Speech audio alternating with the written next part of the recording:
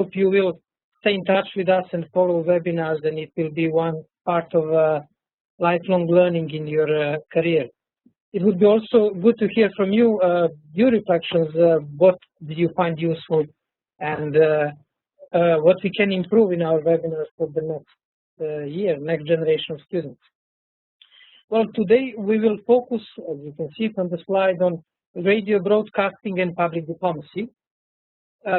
This is in a way in a sequence to our July webinar when we discuss wireless communication. Therefore, we are, as far as communication is concerned, on the same line. And you will see now today how the communication and innovation can have different uses. You will see the first powerful impact of technology on public diplomacy.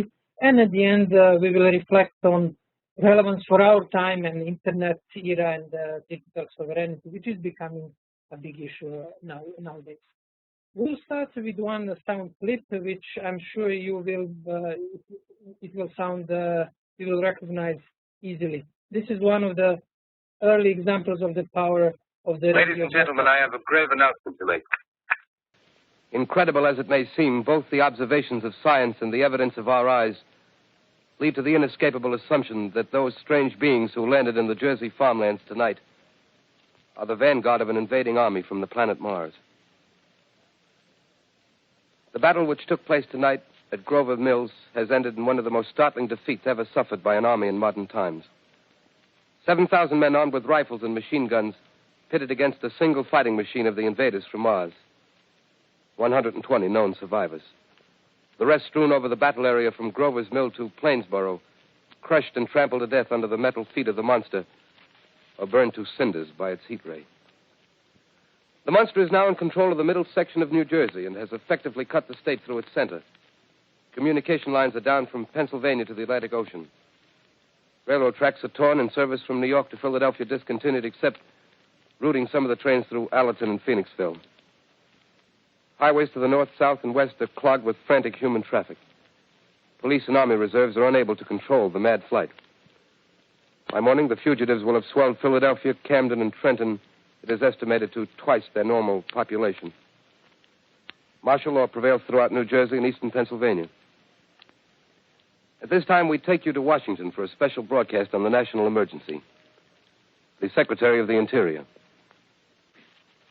Citizens of the nation, I shall not try to conceal the gravity of the situation that confronts the country, nor the concern of your government in protecting the lives and property of its people.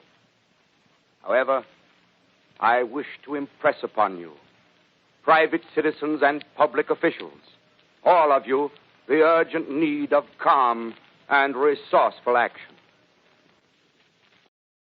It is a famous Orson Welles drama, The War of the Worlds, which is a great radio drama, excellently performed and directed with a great script.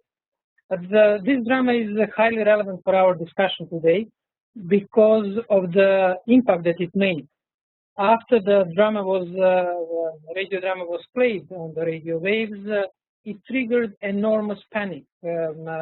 Hundreds of thousands of people were running, trying to find the shelters, worried about war with the extraterrestrials.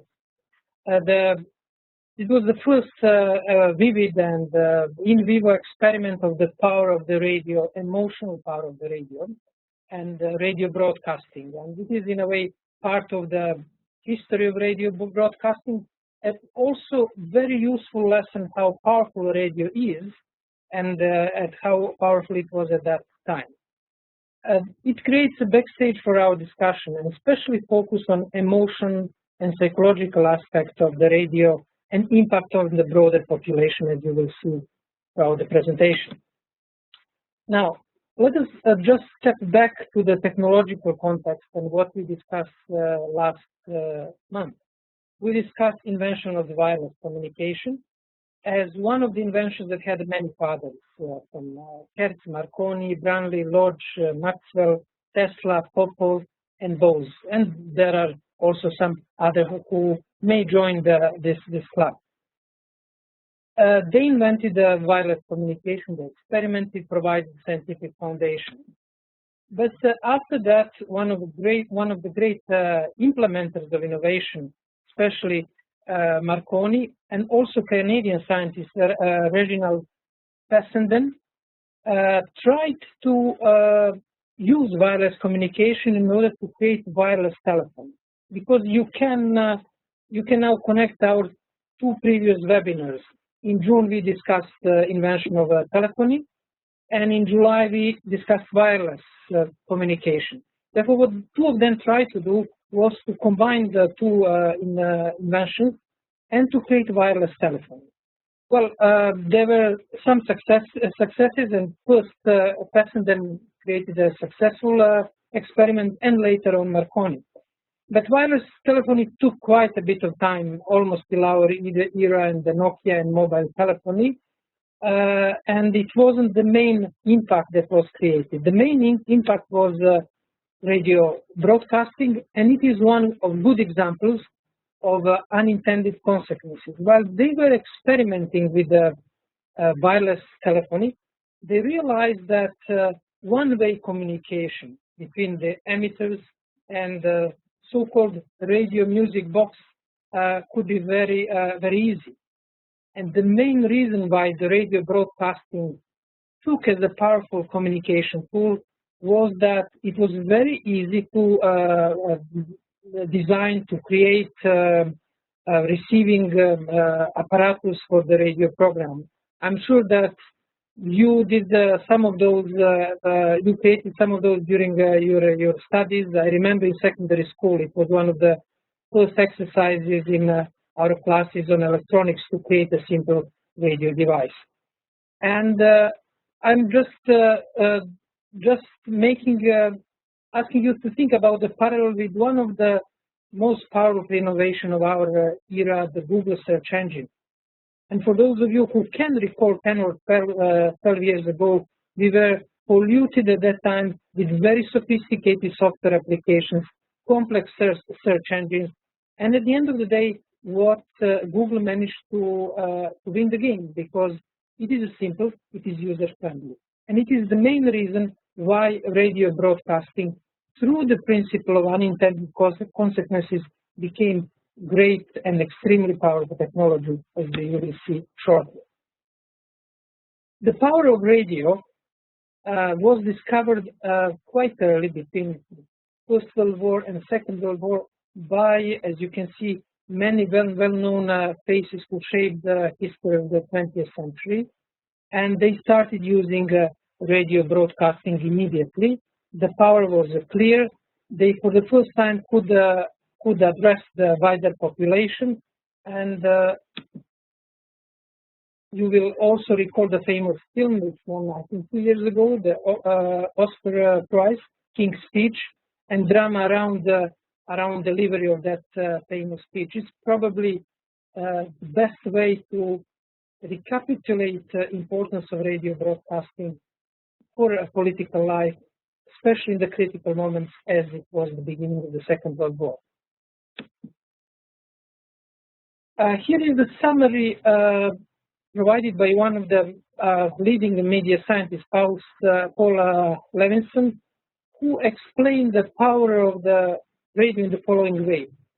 Because the sound and impact of the human voice in such close personal radio quarters can cut through and around detached radio rational analysis, exciting emotional levels of bonding, which, like all appeals to our adrenaline, have little to do with reason. And as you know, although we as academics try to claim that political life is completely irrational, we know that it is based a lot on emotion. And the radio supported from the very beginning this emotional part of political life, both internally, mainly internally, for mobilizing the nation, for gathering the whole population around mainly war causes, but later on, as we'll see, also as a tool of public diplomacy or propaganda. Therefore, if we put this time in into the sequence. Radio broadcasting was first used during the First World War. It was used a lot in political life between two world wars, mainly internally within the country. But the main international use of the radio happened during the Second World War and later on during the Cold War. There are many books written about importance of radio broadcasting during the Cold War. It was a part of ideological battle between two blocks, Soviet Union on one side and the United States on the other side. The main programs for the radio broadcasting, or mainly propaganda, which could be called public diplomacy, were Voice of America, introduced during the Second World War, Radio Free Europe, and Radio Liberty. And of course, in United Kingdom, BBC, which broadcasted at the end of the Second World War in 45 languages. Soviet Union initially tried to block this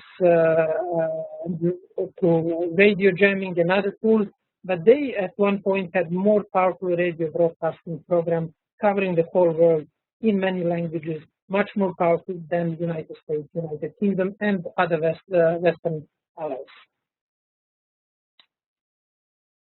At one, radio broadcasting moved from the technical field, from the internal politics into diplomatic arena, and there was a famous UN resolution from 1954, which was initiated by the Soviet Union. At that time, they were weaker partner in the radio broadcasting ideological battle.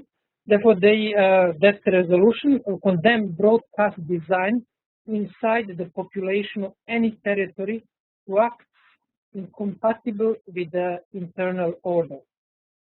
And recently, since I'm involved in internet governance, and internet governance, as you're aware, is becoming an important issue in international politics, there is in a way parallel or possible historical analogy between attempts of some countries at the time Soviet Union to introduce so-called radio sovereignty with the current attempts to introduce digital sovereignty, with the essential idea that not only territory but also radio waves spectrum should be controlled by territorial by the country and the government of that particular state. That is interesting analysis, and I can see quite a few arguments developing along the similar lines as they were in 1950s and 60s at the time of big ideological battle between two sides. Radio broadcasting immediately moved into the international relations and diplomacy. Beside the UN resolutions, there were many attempts and many technological devices aimed at the jamming of radio programs. There were also internal rules, especially in Soviet Union and the Eastern Bloc, not allowing use of the or listening particular Western radio, mainly Voice of America or Radio Free Europe. It was punishable in some countries according to the internal law. And it was a part of a diplomatic negotiation during the Cold War, especially bilateral negotiation between the United States and Soviet Union. Therefore, the issue became highly contested and hot potato in the relations between the blocs. Now, we know that throughout the history, there were many, the interplay between new and old technologies is quite dynamic. If you read analysis and the main textbooks from the last 30 or 40 years, especially in the 60s when television became more popular, there are many books marking or proclaiming the end of the radio. As you know today, radio is still alive. Not only alive, it is highly popular. It is mainly distributed, increasingly distributed via digital signals and internet radio.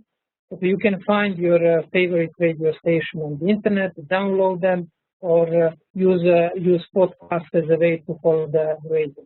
It is a good lesson that there are there are many unintended consequences in this historical interplay between technology and the communication.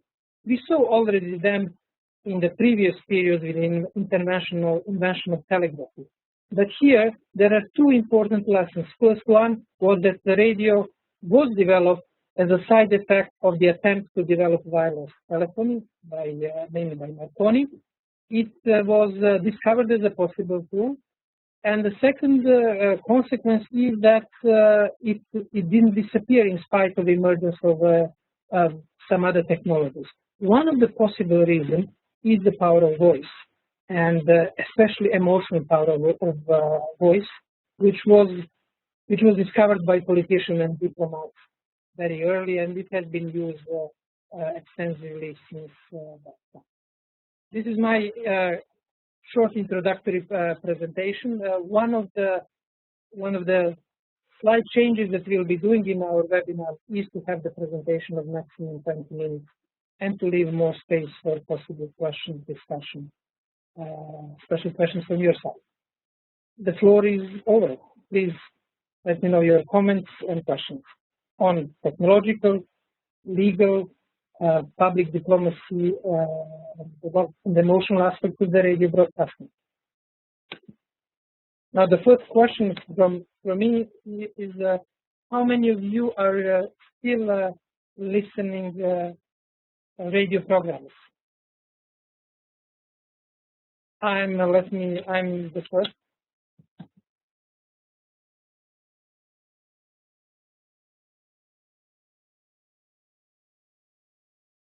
Okay.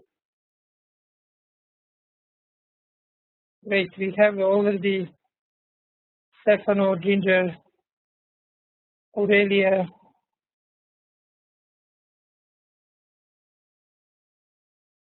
Great. I'm personally, I don't know if we have participants from Geneva, but there is one sad news. One of the best radio stations for English-speaking community in Switzerland is World Radio Switzerland. It will be, well, closed tomorrow, at the end of August. And one of the explanations is that it cannot financially survive the pressure that exists in other media.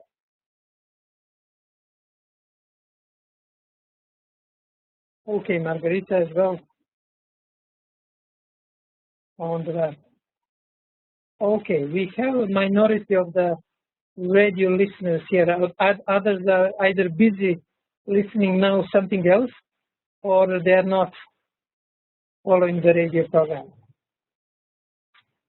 Stefano noted in his line that video killed the radio star. That's true. Exactly, podcasts are new radio. Yeah, when we think carefully, I cannot recall any famous radio star, unlike 20 years ago.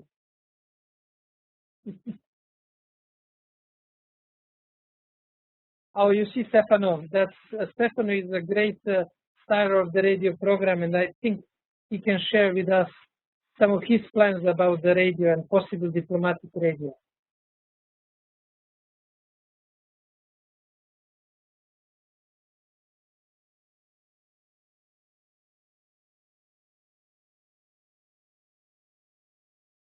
That's true. Thank you, Stefan, for bringing that. Radio played extremely important role during the Rwanda genocide for mobilizing the population to commit crimes and kill their neighbors. Therefore, it was the last extremely negative use of the radio recently, and there are quite a few books written about that example. And radio is still very powerful, especially in Africa, where the infrastructure is not well developed, and the radio is used a lot for the communication with the population.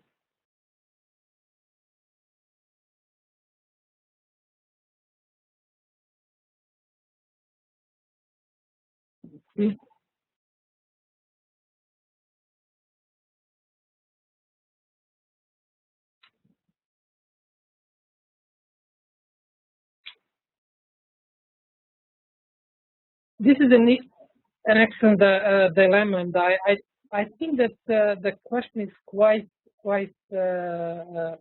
discussion is still ongoing. What is more powerful, visual or sound communication? Emotions are provoked and transmitted through videos, but we can see also from online learning and from different tools that sound communication is very often preferable to video communication by our students and their colleagues. There could be some sort of revival of the sound as a medium of communication, in spite of strong impact of visual communication.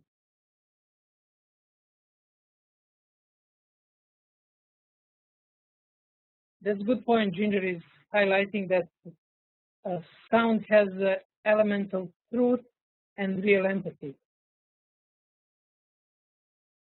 Let us hear the views of others on this point. And the question is, what in your view can make a stronger impact, video or sound? I would say emotional or rational impact.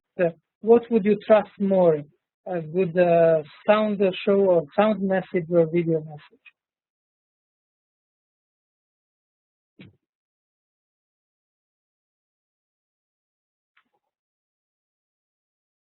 Ilona votes for video.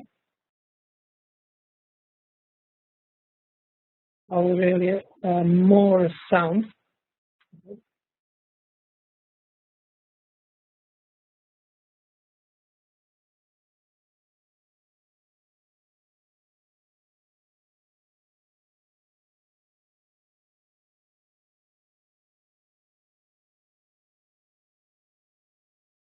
Ilona is pointing to the famous saying that picture or clip could be more informative than 1,000 words.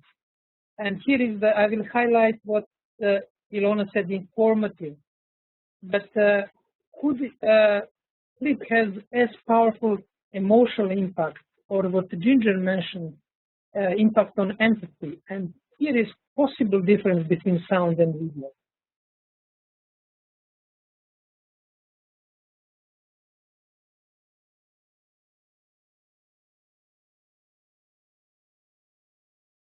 Stefan agrees with Ginger, and he says that video is nowadays what is, well, especially the CNN or Al Jazeera effect nowadays.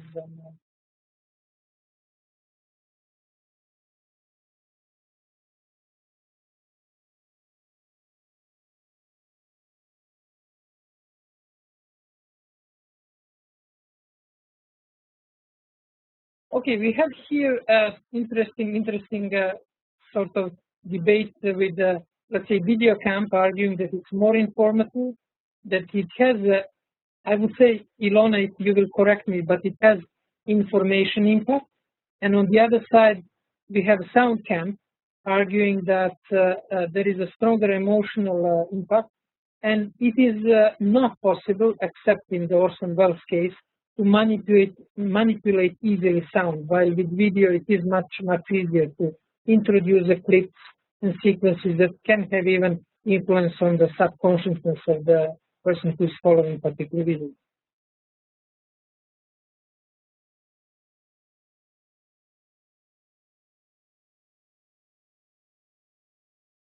That's true. I can tell you about my daughter and her generation. I'm probably, because of the problem of the eyesight and awareness of the video, I'm finding myself more and more following podcasts and trying to use my media time, if I can call it, to listen to the radio dramas, podcasts, and other radio shows.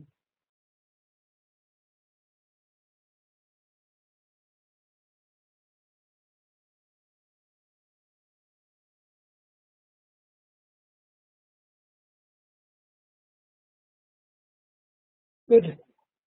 Great.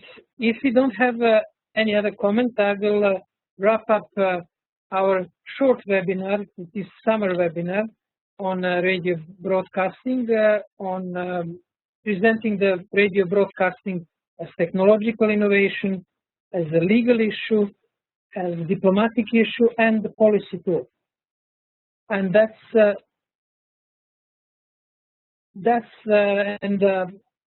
in the discussion, we touched upon a few aspects, and informative aspects, especially in comparison between video and radio communication, and also emotional aspects. And I will prepare the follow-up document, as always, summarizing the main issues about radio broadcasting, especially adding diplomatic and legal aspects, and making parallel with our time, parallels between the radio sovereignty that existed as a big issue after the Second World War and digital sovereignty, which is emerging now as an important issue in international politics.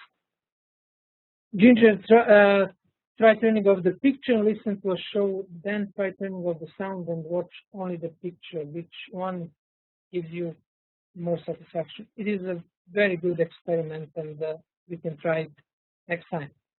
I wish you a nice weekend, an enjoyable weekend, and we will be seeing each other on the last Friday of September, discussing the question of politeness and protocol in the internet era.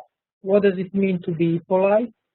And what are the new protocol rules which we will be introducing in the internet era? Has the old protocol survived? How it should be altered, if it should be altered? And how you can be polite in the internet era? What does it mean? Should you answer the email immediately or wait for a few days? Till next webinar, I wish you a lot of wish you good time and success in your work. Good afternoon and all the best. Bye bye.